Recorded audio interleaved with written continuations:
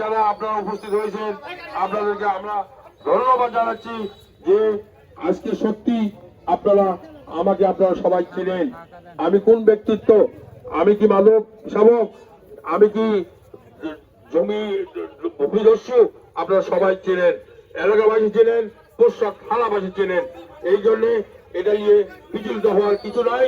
আপনারা ধৈর্য সহকারে সবাই থাকবেন এবং আপনারা এটা কোন রকম আমরা করবো না, আমরা কোনো গন্ডগোল করবো না। আমরা একে চিহ্নিত করে এর হিসাব আমরা করব কোড়াই গন্ডায়, ইনশাআল্লাহ কোড়াই গন্ডায় হিসাব করব। কে করছে না করছে আমরা সবাই আমরা এটা উপলব্ধি করতে পেরেছি। বিদায় আপনারা ধৈর্য ধরুন, আপনারা কোন রকম কোনো বিচলিত হবেন না এবং আমার জন্য দোয়া করবেন।